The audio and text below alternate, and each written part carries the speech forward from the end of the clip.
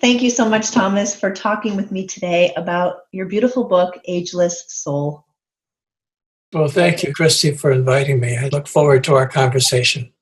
Me too. And I've been following your work since 1997 when I was a student at Lesley College in the expressive therapy program. And your New York Times bestselling book, Care of the Soul, was required reading for my program. And I remember my classmates and I talking about your book and loving your book so much because it gave voice to the deeper and truer reasons as to why we wanted to be psychotherapists. It also helped us to point towards how we wanted to live our own lives. And the really great thing about your book also is that it challenged traditional ways of thinking, especially about psychotherapy. Rather than just managing emotions or getting rid of problems, you talked about going with symptoms and being open to life and affected by life. And that was controversial in some ways. And I find that Ageless Soul kind of brings up that similar challenge for myself and for other people because it's such a beautiful book, but it challenges the way of thinking, not only about psychotherapy, but about aging. Thomas, the word aging in and of itself can be quite difficult for people to think about or even say, but you do it so well in this book. You describe aging as an art, the art of being affected. And you also write that we can become shaped and transformed through aging and that our true nature or soul is revealed as we age. So if aging does all of these wonderful things, why is it so hard for people to experience aging in this way? That's really a good question. No one has asked me that one before. It's really good because it has to do with how we see the world and our experiences. What I mean is that we are so affected by the culture we live in and the times we live in. We live in times that are very materialistic. I don't think we realize how deeply materialistic our lives are. What I mean is that we're not just interested in possessions and money, but everything we look at, like let's say medicine. We look at the body, we really don't treat people. There's a lot of talk about that, but we really don't treat people, we treat bodies. So we look at everything as a machine, and we're always asking, how does that work?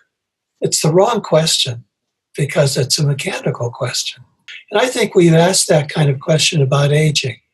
What's going on? Do we break down? If we look at ourselves as machines, then yes, we get rusty and we wear out, and it's a sad thing, and we're all worried about the fact that our memory isn't as good, or our bones are bad and break easily, and our muscles don't work the way they used to, all these things. So I think the problem is that we look at ourselves too physically, too literally, materialistically. And what I do, it's very simple. I just make a very simple move. I say, what if we looked at ourselves as meaningful people living meaningful lives? And let's look at that meaning and look at ourselves as people who have experiences and emotions and relationships.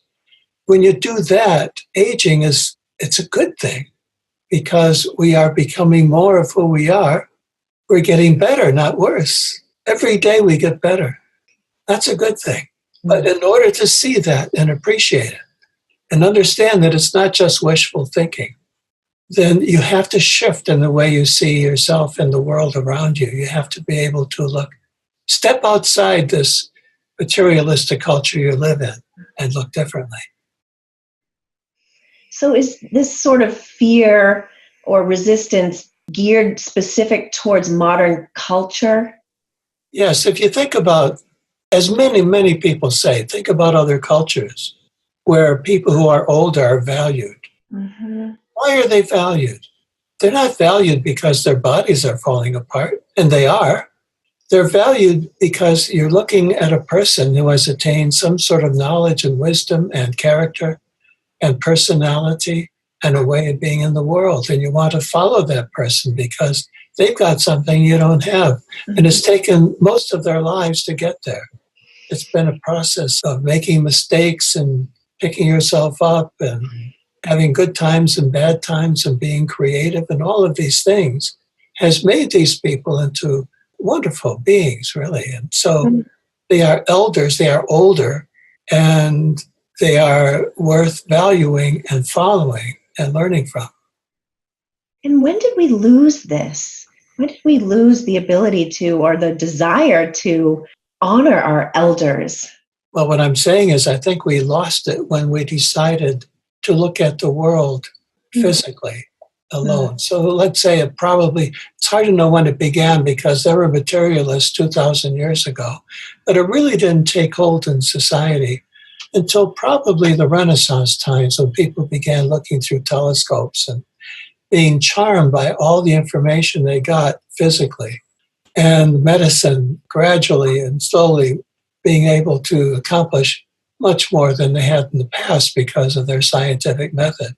It's very attractive to become a materialist and a mechanical type of person. It's very attractive because you say, wow, look at all the things we've accomplished being this way. We don't ask, what have we lost? We've lost a great deal in this process. We've lost our whole humanity in a way. And we could kill ourselves because we're inventing weapons out of this point of view that could kill the planet.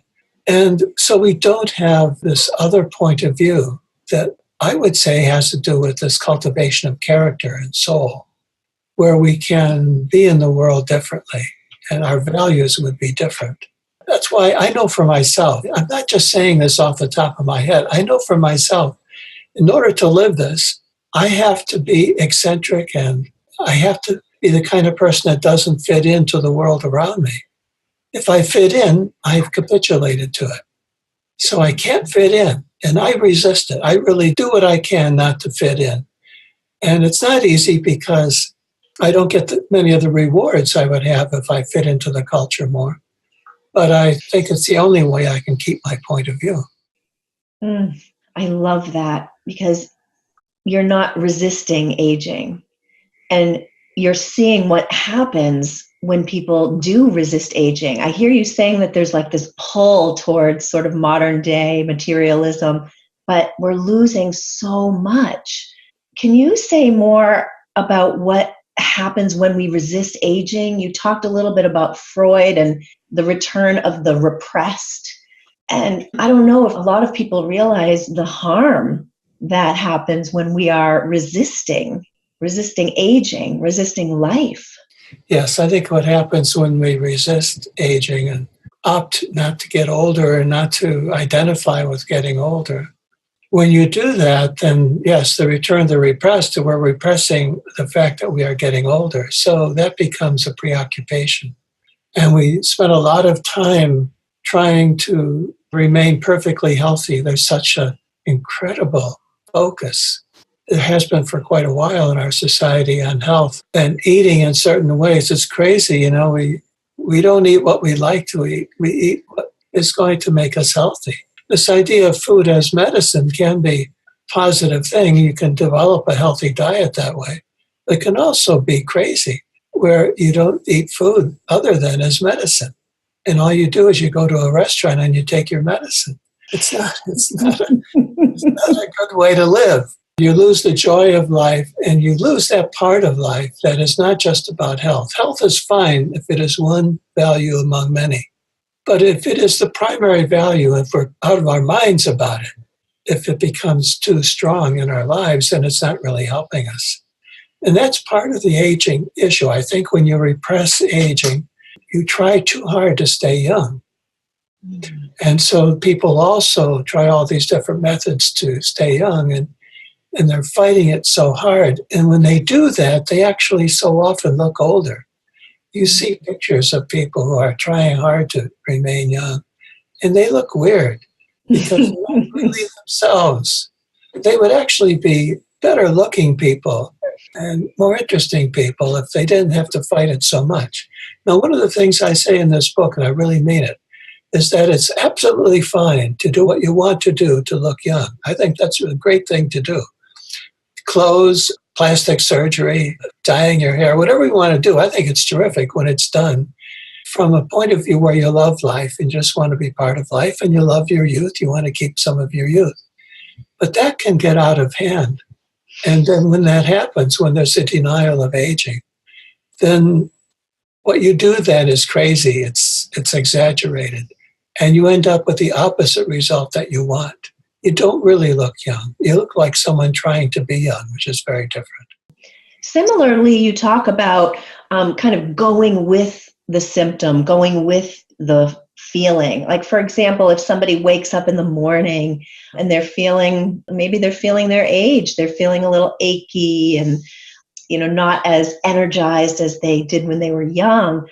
There seems to be such a push now with modern psychology to kind of like change your thoughts, change your brain, get out there, willpower, get out of that mood fast. You don't want to, stay there too long. It's too scary. But what I hear you saying is that if you wake up, there might be a moment or many moments when you wake up in the morning and you feel your age.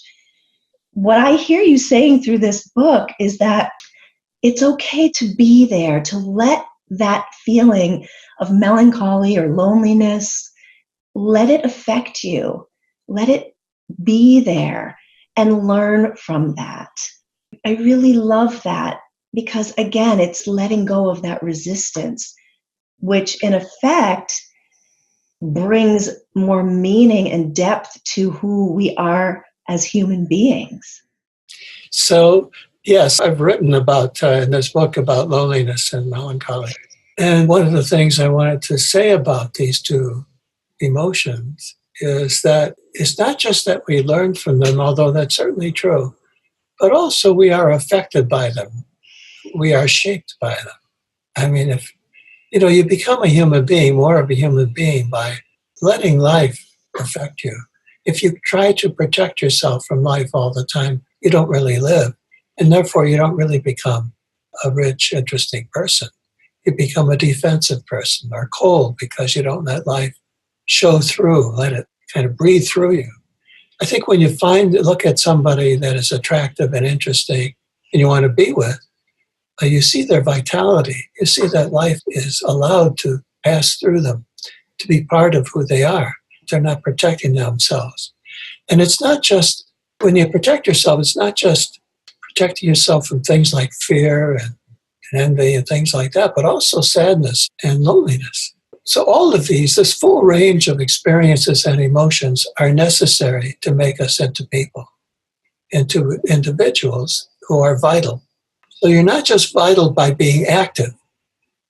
Busy people are not necessarily vital. They look vital, but they may not be. They may be quite dead. So it's more that you let life happen, let it go through you. One of the quotes that I use in this book that I have kept on my desk when I was writing it is from the Tao Te Ching from China. It says, let things take their course. Let things take their course. So I had that in front of me the whole time I was writing. Mm-hmm. And I was thinking that, that's really a good philosophy where you don't have to accomplish everything. Let things happen. And let life live through you. And that's how you become a person.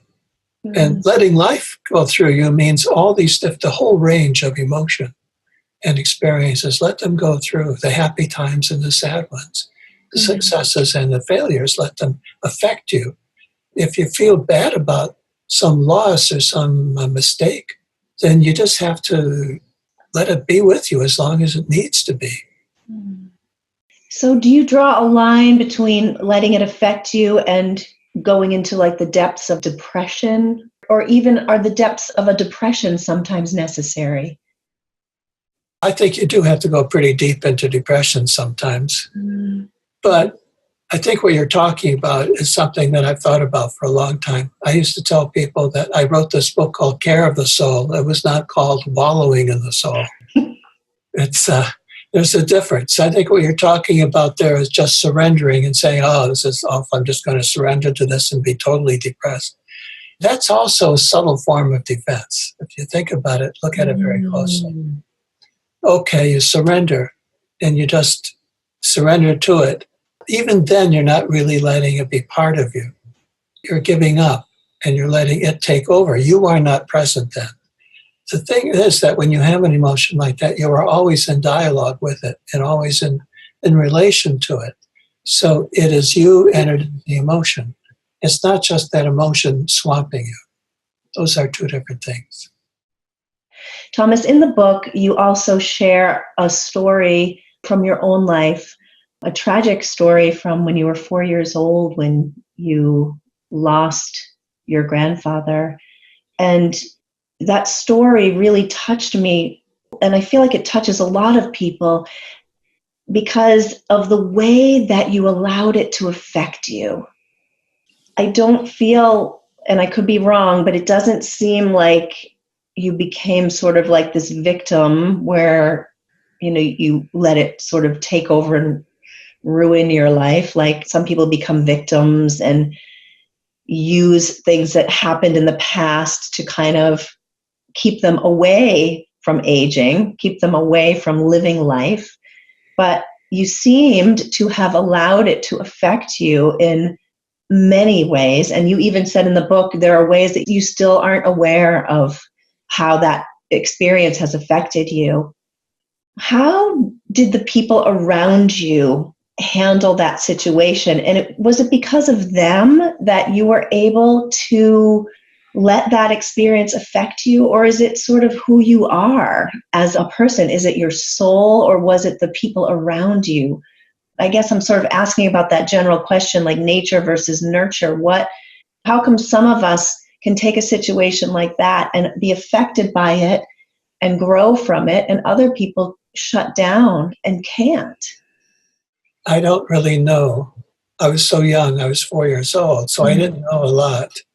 I grew up occasionally talking about that experience. My mother and father sometimes would. And I grew up in a very large extended family. My grandparents lived across the street from me in Detroit in a working class neighborhood. And so I spent half my time over at the house across the street with my grandparents. And there were always dozens of people in that house, always. So I had my relatives around me all the time. And the only time I remember them, well, I guess there were several things they said to me, but one thing an aunt of mine said that I never forgot. Later on, many years, when I was in my 30s, I think, she said to me that I must have been saved from drowning at that time because I had something to do with my life. I was saved in order to do something. Now, people talk that way, and I think it's a very meaningful thing to do. It's a lot of feeling in that. It's a kind of a philosophical reflection on life. I loved her saying that to me. It was very supportive, too, because it was saying, now you've got a job to do. And the way I see it, that event, your grandfather died, his life was sacrificed for yours in a way. So you've got a task to do in your life. I liked that. I liked hearing that from my relatives. What I heard from my father it was a sad thing, was he didn't talk about it much, and he was never with me, not once that I remember, ever critical or judging me in any way, my dad. But he once told me how difficult it was for him because he and his father were buddies. They worked together. They were plumbers together. They went out on their jobs together. My father adored his father. And to have him die that way and to save me, once in a while I think, wow, that puts some pressure on me. But my dad didn't have that attitude toward life. He had a very positive attitude. In fact, anything I write in this book about aging, I could use him as a model, the best way to do it. He's been that way for me and everything. So he's a wonderful man. And I felt that, and I had the passing thought that I wonder if he had trouble with me because I lived and his father didn't. It was like an exchange of lives there. So I've reflected on that, but I never, ever felt a judgment from my dad that way. But I know he felt very strongly the loss of his dad, so that affected me too. But it doesn't pull me down in any way. It's an appreciation. Well, I remember a moment in my own therapy one time where I was talking about this with a therapist, and I just started crying. And he said to me, "What are you crying? What are your tears for?" And I said, "It's just gratitude to my grandfather for giving up his life to let me live." Just tremendous gratitude. Thank you for sharing that, Thomas. It's such a beautiful story. So, Thomas, what you talk in the book about the process of aging, and in psychology, we're taught that, there are developmental stages that we all go through, and we need to reach one stage before we enter into the next stage. But you see aging is different. Could you share a little bit about your thoughts about the process of aging, the steps? Well, one of the sources that I cite in this book that I like and affected me, so that when I went out to talk about the book, this is one of the things I wanted to talk about, was from Emerson. Ralph Waldo Emerson wrote somewhere that life is not a steady movement forward, like you don't go from A to Z in a straight line. In other words, we're not growing, actually. We're not, like when you look at a plant or a flower or a tree, they seem, I don't know the biology of it, but they seem to be growing steadily. And sometimes we think of ourselves growing steadily. But Emerson said, no, that's not how it works. He said, from the worm to the fly. And what he meant was from the caterpillar to the butterfly. He says that we are in a stage like a cocoon stage for a while. We're developing. And then there is this unfolding of our butterfly nature. And then we go through that again. He said it's an ascension of state. What he means, an ascension, so we are going up. We are moving. But ascension of states, you might say, like conditions, plateaus. So I know for myself, I think I could look at my life having maybe 7 or 8 phases. And I think that's what Emerson was talking about. That aging is not a straight line of growth. Growth is not a good word for it. But rather, we have these periods where something is developing in us, and then they bear fruit. And then you're in a stage where you're developing again, you're gestating. Maybe you're gestating several things at once as you go. So you're aging at different levels in your life as you go. But I like that idea that aging is not growth. It's not a steady movement, that we have these bursts of aging. And I know that I can look in my life and I could say exactly with those moments where I really aged because something special happened, or I had to make some special decision, or I had some really remarkable failure, and it really helped.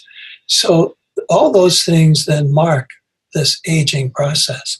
And connected to it is an interesting thought that you can say no to that. You can say, no, I don't want to go through this. You can choose as you're going along at any time in your life to say, no, I'm not going to go through this phase. I don't want it. It's uncomfortable. It's too much pain. It's not what I want to do. So no, I won't do it. And then that is a problem because you have a backlog thing, a backup of these negative times in your life where you've said no to life, where you haven't aged. And that makes you immature, I think. And it means that later in life, you might have to go back and try to do something with those moments where you didn't participate, because they are causing trouble now. As you get older, they interfere. So I think that's a very interesting way of looking at the phases of aging. That they're individual for each person, in that sense, individual. But it lets us know that we have to really live if we want to age. We have to choose to live instead of say, I'm not going to live now. Reminds me a lot of what Joseph Campbell said about his myth of the hero, that the hero has these adventures that he has to go on, or she has to go on. And there's a call to adventure. You hear this. There's a call to move forward. And he says you can say no if you want. You can refuse the call, the way he puts it. I think that's pretty good. It's very much like what I'm trying to say about aging. So it sounds like everybody has their own individual journey through aging, and you can say yes to pieces of the journey, you can say no. But the one thing that we all have in common is that the purpose of aging is to sort of uncover or reveal your soul, correct? Yes. And the soul is something that we're born with. Yes. And my question about the soul is, are we creating the soul with age? Is our soul kind of improving? Or are we just looking for the lost soul that's already there, that's already perfect? The answer given by teachers going way back in time is both. So this man that I follow in all of my work, Marsilio Ficino, this 15th century philosopher, he said that the soul is in time and in eternity. So the part that is in time, I would imagine, would go through the rigors and the challenges of aging. The part that is in eternity doesn't age. Both. There's that eternal aspect of us and a temporal aspect. And it seems to me when we're born, and this goes back to a lot of traditions, I'm not making any of this up, we are born complete. We are complete. We have the seed of Hillman said we're an acorn. James Hillman says that we have this acorn that is our seed, our potential maybe. That's one way to look at it. But we are complete. And throughout life, we unfold that potential. We unfold what that is. And it's very specific because it's our own particular seed and it's who we are as individuals. No two people are alike. So this is our own seed that is unfolding. So the aging might be seen that way as an unfolding of who we are potentially. But I really think it's true that as when we're born, we have it all. And you can tell with children. Now, Hillman's point was that you can see with people, you can see in their childhood certain things that happen that bore fruit as adults, or that you can see the adult in the child. So I see that. I understand. I don't make a big deal of that myself. It just doesn't compel me too much. But I do think that aging then is a way of revealing who we are essentially. There's so many ways of putting it. There's the temporal, and we are in time and eternity.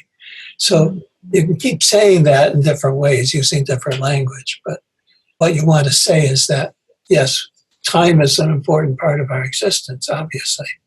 But there's also a part that we should pay attention to that doesn't change. And that is the seed that is always there, always being shown and revealed and unfolded. That's fantastic. You know, many of us never learned about the soul as children, especially as we grow up. And even when we study psychology, we learn about biology and conditioning.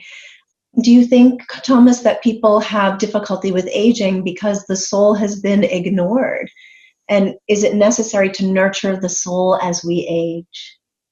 Oh, yes, that's the whole thing.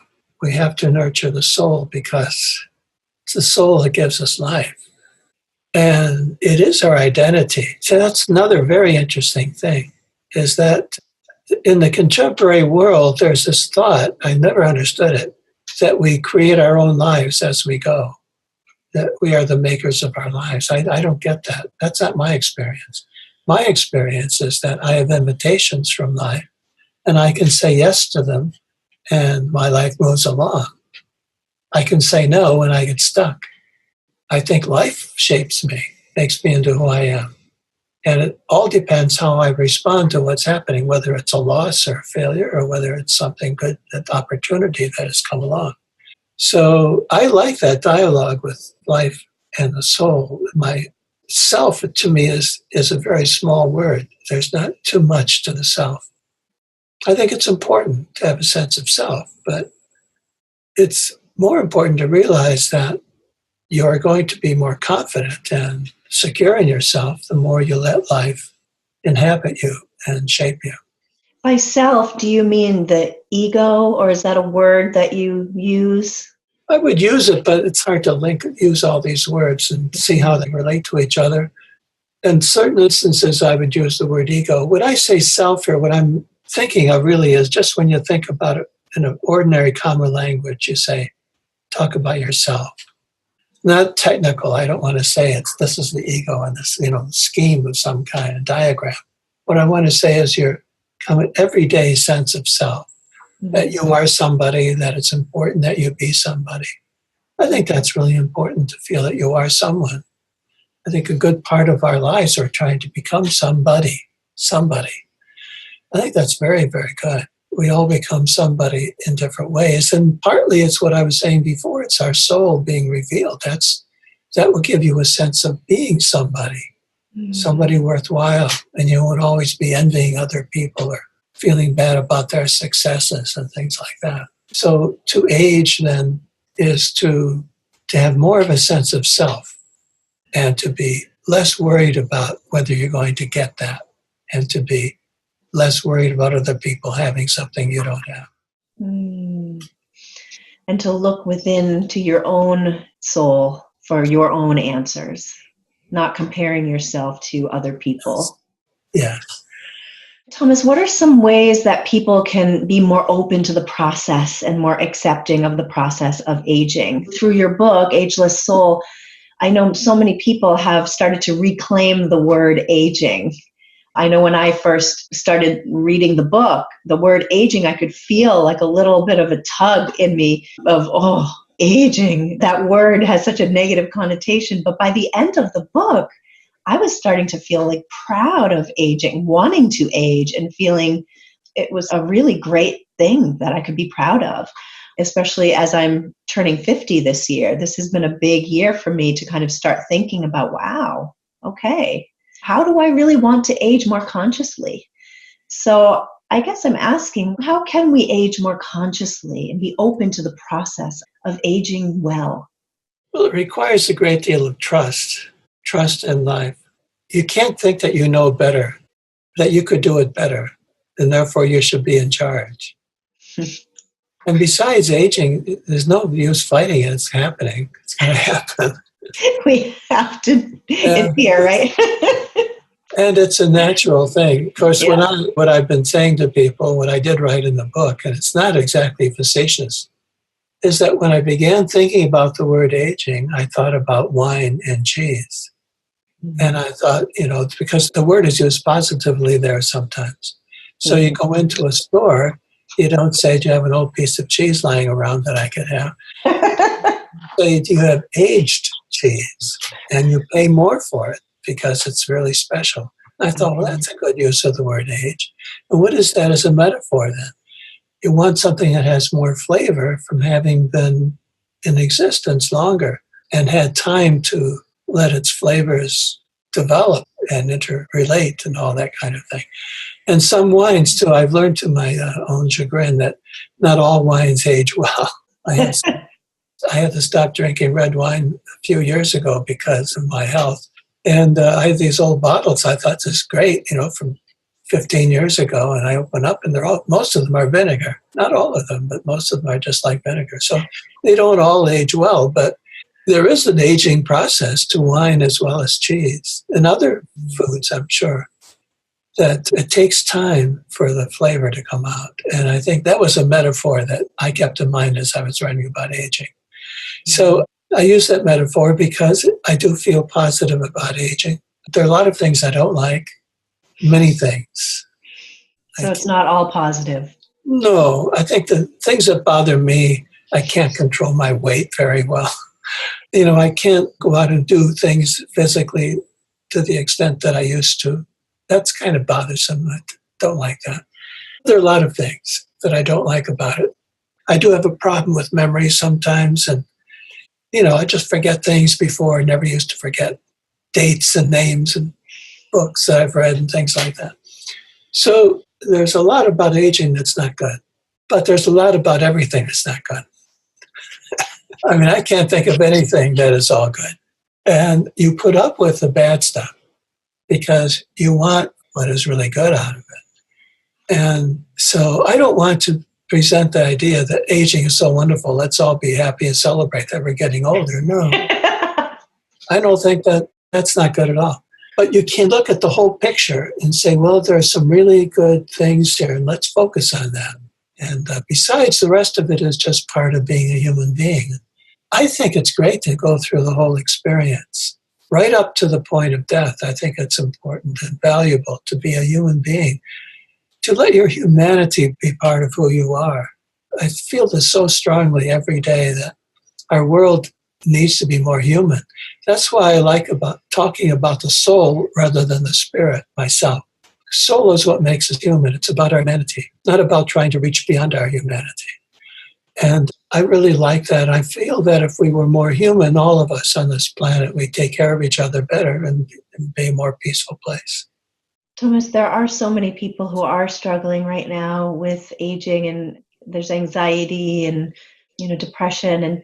And as a psychotherapist, do you have any sort of advice for us how we can support our clients, our loved ones, or maybe someone is listening now and they're feeling that on their own? How can we help each other through the hard process? But I ask you more what you mean, because are you saying that it's more difficult in these days to, what is bothering you? Not all in general, but just I know that there are people in my life and other people's lives who are getting older and they are fighting it. They're having a really hard time dealing with thinking about dying, thinking about getting sick and actually getting sick. And it's hard to know how to support them. Yeah. Because we can't change people, but we want to help. Yeah. I hear that from people and from friends that are feeling kind of down because their lives are going downward through aging. They're becoming less capable. Yes, and also, Thomas, some of them have regrets from the past and wish that they had gone down another path. Yeah. Well, in all those cases, what I do, I'm not saying it's the best thing, but what I do is I don't try to offer any way out of those feelings. If anything, I try to deepen the feelings that they have through the conversation. So if someone is feeling regret that they didn't do some things when they were younger, let's say, I will explore that with them. I say, well, tell me about that, And I don't mean just as a therapist, but just in conversation, I might say, why do you suppose you didn't do what you now wish you had done? What were the things that stopped you? Was it difficult then? There must have been something going on that made it difficult for you. See, I'm not denying. I'm not trying to say, don't worry about that or don't be stuck in your regrets. I'm trying to explore it more and be with it more and open it up so that they can see that and they keep that emotion, but maybe even deepen the emotion, go further into that emotion of regret. That's not a bad idea, it seems to me. It's not a happy thing to do. So if people come to me looking for a way out of that feeling, then they're not going to get it. I will rather try to get right into it and say, well, maybe it is too bad that you didn't do what you wanted to do. Then it sounds to me like a sad thing that you didn't do what you wanted to do, but something was going on. So let's open that up and be more specific about it. I think making a bigger narrative, a more complex narrative of a statement, like a statement that the statement is, I regret. We need a narrative. We need story. We need something to fill in all that in.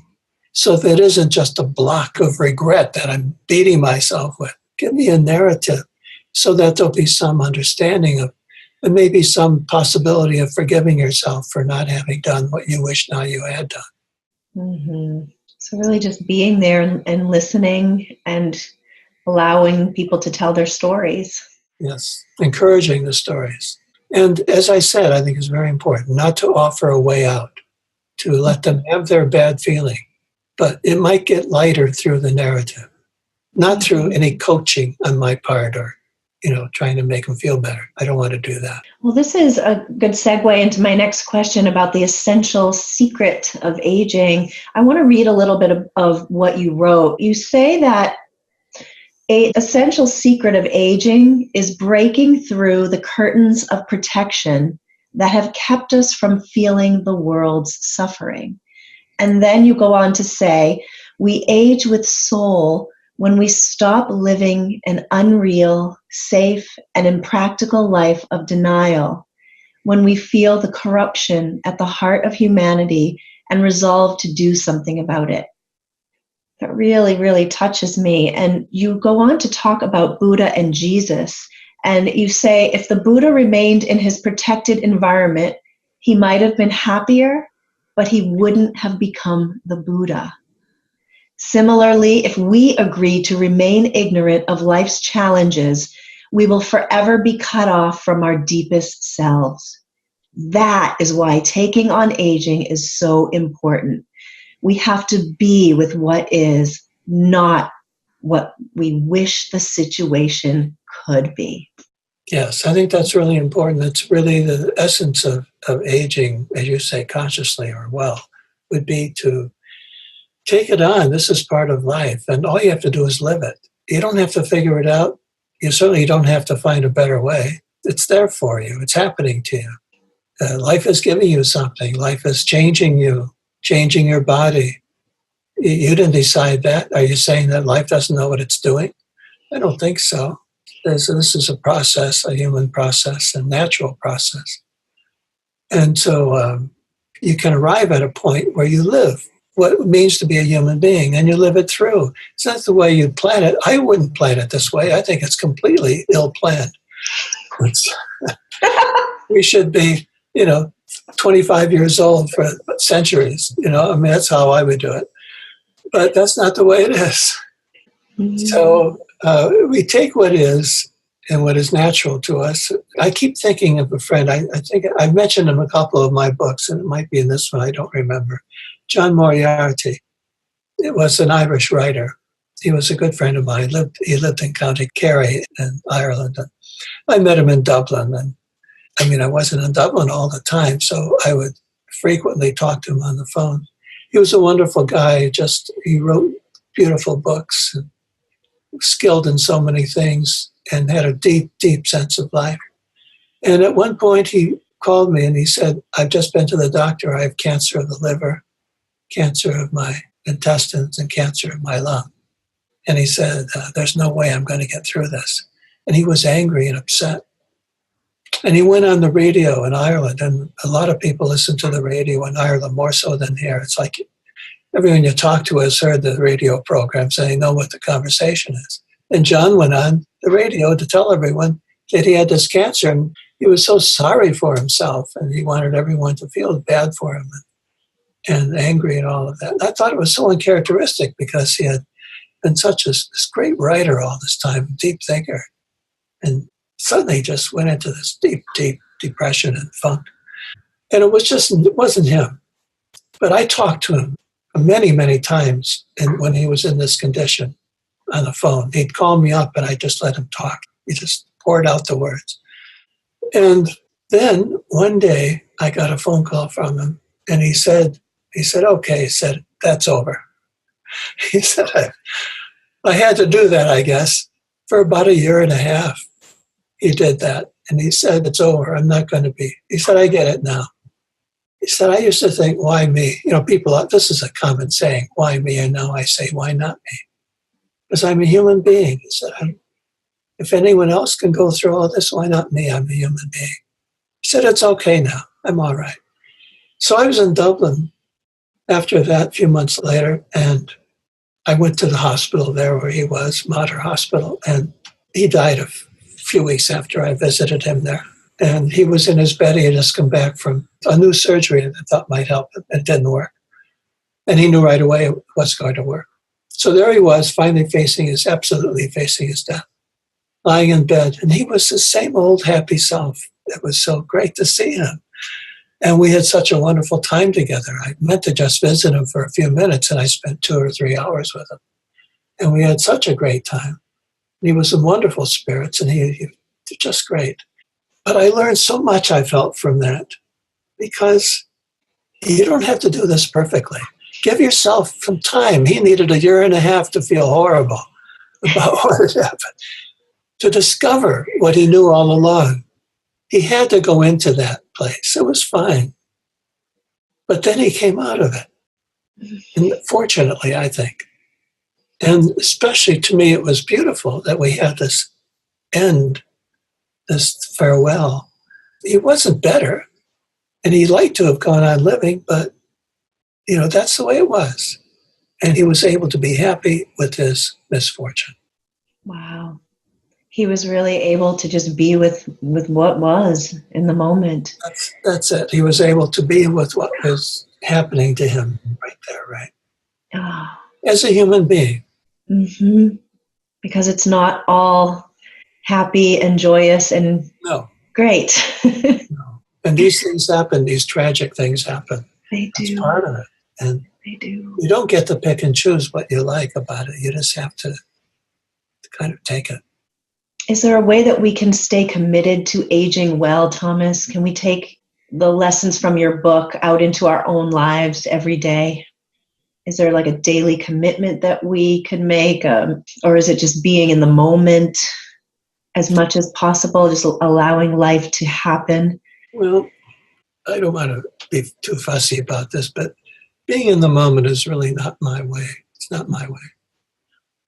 Like for John, I felt it was good that he wasn't in the moment there. He wasn't with his suffering. That was as important as anything. So I think it's more that you spend your whole life. So you're aging all your life. You age when you're an infant, you're aging. So in a way, this book on aging is just a book on living. Because you can say we're aging, but all that means is that you're living, you're alive. You're living through time, that's all. So it depends how you live. And what guides me are the great spiritual teachings and some of the great psychologists. There aren't too many in my mind, but those who are great, I follow. So the spiritual teachings, I read the Tao Te Ching regularly. That helps me tremendously because it helps me not to be heroic and to live into life as it comes along and accept it. And not passively, but really take it on, saying this is what life is asking of me. And deciding to really hold over time. You know, if I have some bad emotion, sometimes I get some bad feelings that come along, and I'd like to get past them quickly.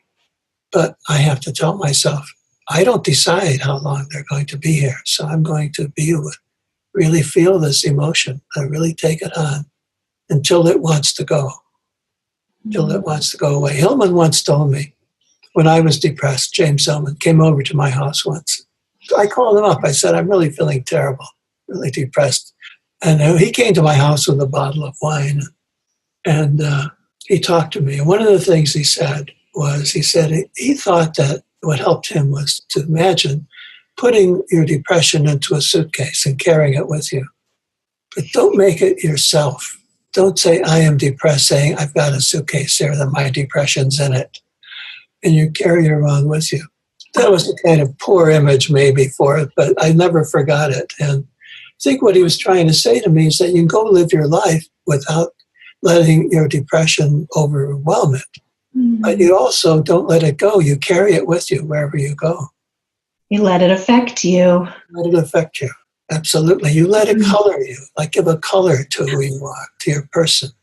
I love that. Thank you for that image. I think that'll be helpful for so many of us. I know we have to wrap up soon, but are there any last words that you wanted to share? I do want to have you read one little paragraph. Are there any other pieces that you wanted to share, kind of wrap up? Yes, there's one big area, just briefly. It's a big area that I like to talk about when I'm on the road talking about this book. And that is that I've been emphasizing living, accepting what life wants and say yes to life. Go ahead and live and not avoid life. There's another piece of it, and that is to process the life you have lived. So as a therapist, I think that's what I do with people a lot. And what it means is that the first step is that you say yes and you live all these things, and you can't do that perfectly all the time. So a lot of times you say, no, I don't have the time for this. So you have all that backlog of things, and you have a lot of things you haven't been able to figure out, understand, or see how they belong in your life. So processing is really important, I think. Process your life. That's what I do as a therapist. I help people process their lives. And Jung used the image of alchemy for this. And it's a wonderful set of metaphors for what we do. It's an alchemy. It's a process where you take your past experiences, especially, and you put them into a vessel, into a pot, to a glass vessel, and you give it some heat. Now, the heat could be having a real conversation about it. That's what therapy is. And some sessions are warmer than others. And you can control the heat somewhat. You can raise the heat or lower it, depending on what's going on. And You can do that for yourself through conversations with people who are close to you. You go through the experiences of your life and you talk them through. And the mere telling them puts them in narrative form, which helps. And also, you might hear yourself say things you haven't said before. You might get insight. Your friend may have some insights and say things that help you as you go. So I think that processing is also a form of aging, really helpful for aging. Process, constant process of your life, always doing it. So we're always in therapy in one form or another. In fact, I think that might be the next book I write about therapy. Not just for what goes on in a therapy room formally, but also what goes on in the conversations and the things that we do in our ordinary lives that are therapeutic. And one of these would be talking to friends about the experiences we've had. That is a processing, an alchemy. That is part of aging, because we can free ourselves up. That can be part of the process of taking our experiences and breaking them down so they can become part of who we are. And that is aging. That's part of the aging experience. So that's a piece of it that I think is important, that's significant. It can be developed into an art as well. Can you process in artistic ways as well? Or are you talking mostly about conversation and stories? Are there ways to process that are through art or movement? Absolutely. So all my books that I've written are processing for me. They're part of that process. I'm not writing what I think, I'm processing it as I go. Now that's my art, but I can easily see, my wife is a painter, I see her processing with her painting. What she's doing with her painting, it's always shifting and changing, and I see that she's working on different material, and that material is not the physical material alone. The physical material is kind of an echo of her inner material of herself in her life. So it's a wonderful way to do it, to paint, to make things, to garden. Any kind of art could be so very valuable. I have this thought that, well, it's a thought about aging too, that as we age, I think I write about this, as we age, one of the things you can do as you move away from the job that has taken so much of your time during your life is to start painting or writing music or writing poetry or writing in a journal, doing something that gets your thoughts out there in some form, in some art form, because that is probably the best form of processing. So art as alchemy. So processing is a huge piece in the aging process then. Yes. It's a major part. It's a major part of it. And when people don't process, I love your quote, you're just piling up years rather than aging. Yes. Yes. Mm-hmm. Aging is a process. It's an active process. Mm-hmm. And part of it is to live and, to respond to the invitations that life offers. And part of it is to go through, take all that material and transform it into language or into visual imagery or music or, musical language, whatever, some art form, so that it gets digested and put into a form that you can look at and reflect on. What is the feedback that you've gotten from the book so far? What are some of the questions that you're hearing, and what are people's thoughts about the book as you go around on tour?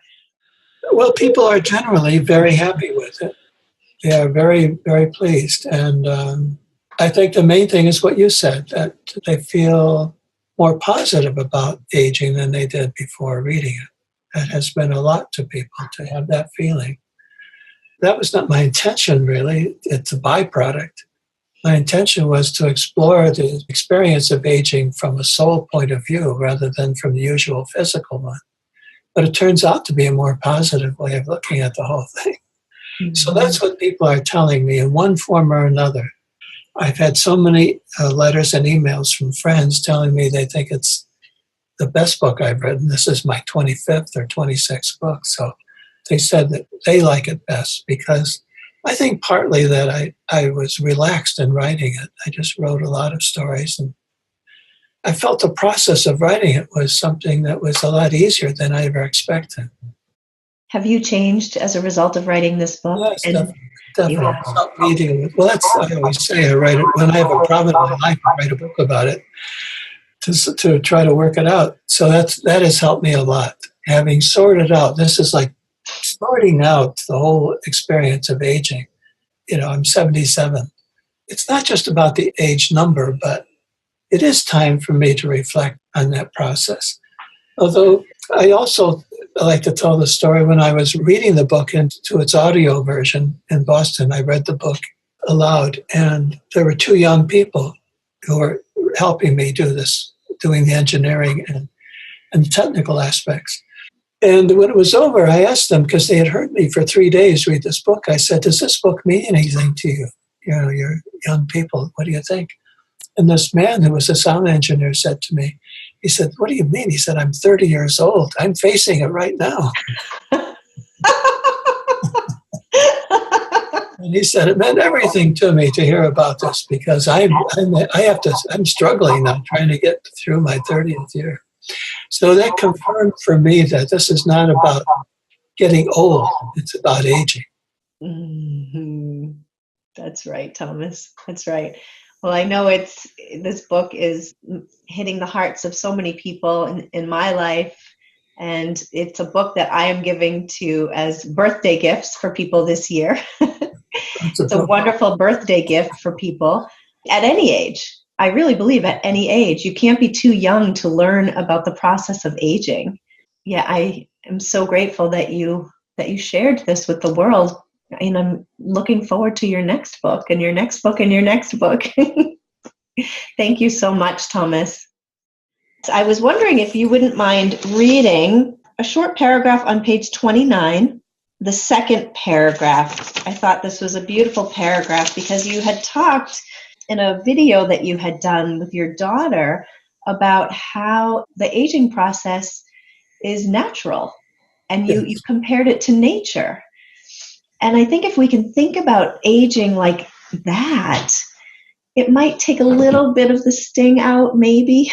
Sure. Because everything in nature lives, blossoms, and dies. Absolutely. And that includes human beings. So I thought that this paragraph kind of brought all that together. Would you mind reading that for us?